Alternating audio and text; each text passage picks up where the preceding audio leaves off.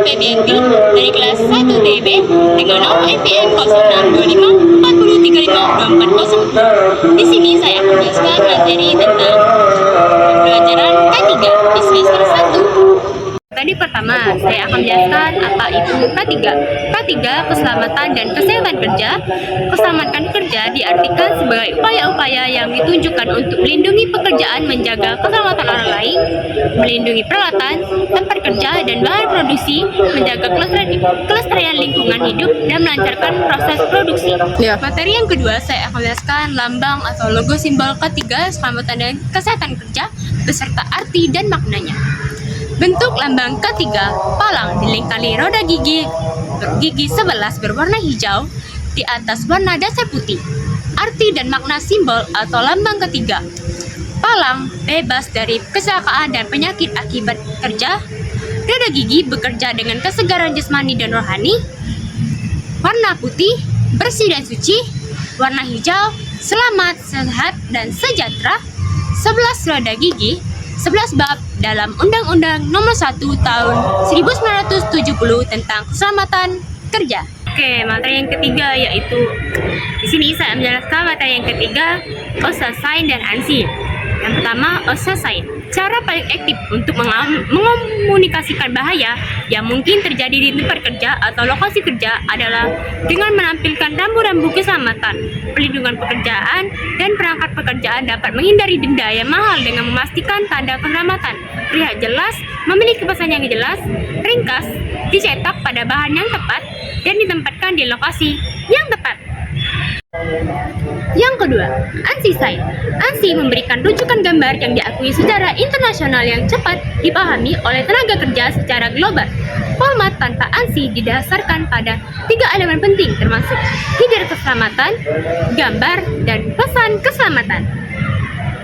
Materi yang keempat, saya akan menjelaskan tentang LOTO. Pengertian LOTO adalah teknik yang digunakan untuk mencegah energi terlepas yang membahayakan pada saat proses perbaikan peralatan. Hal ini dilakukan dengan menempatkan kunci pada alat isolasi energi sebelum melakukan pekerjaan. Tujuan LOTO: pelaksanaan LOTO mencegah terjadinya pelepasan energi atau berjalannya mesin atau peralatan tanpa sengaja yang dapat menyebabkan karyawan terluka dan celaka. LOTO dilakukan dengan menempatkan kunci atau tanda peringatan pada alat mesin yang sedang diisolasi. Materi yang kelima yaitu JSA. JSA adalah Job Safety Analysis, suatu teknik yang dipakai untuk menganalisis suatu pekerjaan secara sistematis untuk bisa mengenali bahaya di setiap langkah sehingga bisa mengembangkan solusi untuk mencegah terjadinya kecelakaan pada kerja. Ada pula tujuan dari JSA mengembangkan kompetensi agar memiliki kemampuan membuat dan mengelola JSA, analisis keselamatan pekerjaan secara maksimal untuk mencegah kecelakaan. Selanjutnya itu saya akan menjelaskan Hazard Identification, Risk Assessment, and Risk Control (HIRAC) merupakan salah satu cara mengidentifikasi potensi bahaya terdapat pada setiap jenis pekerjaan. Identifikasi bahaya Hazard Identification. Menurut Ramli 2010, identifikasi bahaya adalah upaya sistematis untuk mengetahui adanya bahaya dalam aktivitas organisasi setiap tempat kerja yang mengetahui adanya identifikasi risiko dan setiap peristiwa ini dilakukan pertimbangan kondisi dalam menentukan risiko. Oke, selanjutnya saya akan menjelaskan apa itu CPR. CPR atau Cardiopulmonary Resuscitation adalah tindakan pertolongan pertama pada orang yang mengalami hentinya napas atau jantung karena sebab-sebab tertentu. CPR bertujuan untuk membuka kembali jalan napas menyempit atau tertutup sama sekali. Teknik kompresi dada dan pemberian napas buatan untuk orang-orang yang detak jantungnya atau penapasan terhenti. Resistensi jantung paru CPR dilakukan dengan mengompresi dada serta memberikan napas buatan bagi orang yang membutuhkan. Dengan melakukan resistensi jantung paru, fungsi napas, serta sirkulasi darah dalam tubuh terhenti dipaksa untuk berfungsi kembali serta untuk membuat darah dan oksigen tetap beredar di keseluruhan bagian tubuh. Oke, yang Yang sekarang itu saya menjelaskan tentang AED. Automated External Defibrillator adalah suatu alat medis yang dapat menganalisis irama jantung secara otomatis dan memberikan kejutan listrik untuk mengalihkan irama jantung jika dibutuhkan. Jadi alat ini berfungsi untuk menolong orang yang mengalami hentinya jantung. AED memungkinkan lebih banyak orang untuk merespon keadaan darurat medis dinamakan defibrilasi. Diperlukan karena AED adalah perangkat portable sehingga memungkinkan digunakan oleh orang non-medis yang memahami pemakaiannya. Oke, sekarang saya akan menjelaskan tentang fire safety and fire practice.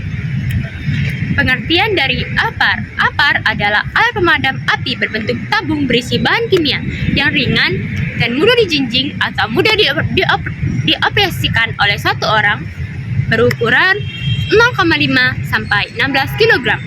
Klasifikasi kebakaran. Kelas A. Kelas A kebakaran pada benda padat. Kelas B kebakaran pada benda cair dan gas. Kelas C kebakaran pada peralatan listrik yang bertegangan tinggi. Kelas D kebakaran pada benda logam. Kelas K kebakaran pada minyak jelantah. Isi tabung APAR ada 5 loh. Yang pertama itu ada water atau air. Yang kedua ada foam dan busa. Yang ketiga ada dry powder atau tepung. Yang keempat ada CO2. Yang kelima ada gas halen. Pengertian P3K. P3K merupakan pertolongan pertama yang harus segera diberikan kepada korban yang dapat mendapatkan kecelakaan atau penyakit mendadak dengan cepat dan tepat sebelum korban dibawa ke tempat rujukan. Maksud P3K. P3K dimaksud untuk memberikan perawatan darurat pada korban sebelum pertolongan yang lebih lengkap diberikan oleh dokter atau petugas kesehatan lainnya. Tujuan P3K. P3K diberikan untuk menyelamatkan nyawa korban, meringankan penderita korban, mencegah cedera penyakit menjadi lebih parah, mempertahankan daya tahan korban, mencari pertolongan yang lebih lanjut. Oke, sekarang saya akan menjelaskan B3. Bahan kimia berbahaya dan beracun. Zat berbahaya yang dapat berbentuk pada cair. Selanjutnya saya akan menjelaskan tentang B3. Bahan kimia berbahaya dan beracun. Zat berbahaya yang dapat berbentuk padat, cair, atau gas di lingkungan kerja dapat berbahaya bagi kesehatan jangka pendek maupun jangka panjang. Oke, ratusan atau ribuan kecelakaan dapat terjadi setiap tahun karena KOS atau B3, bahan berbahaya dan beracun di Indonesia yang menyebabkan cedera jangka panjang atau penyakit atau terkadang kematian.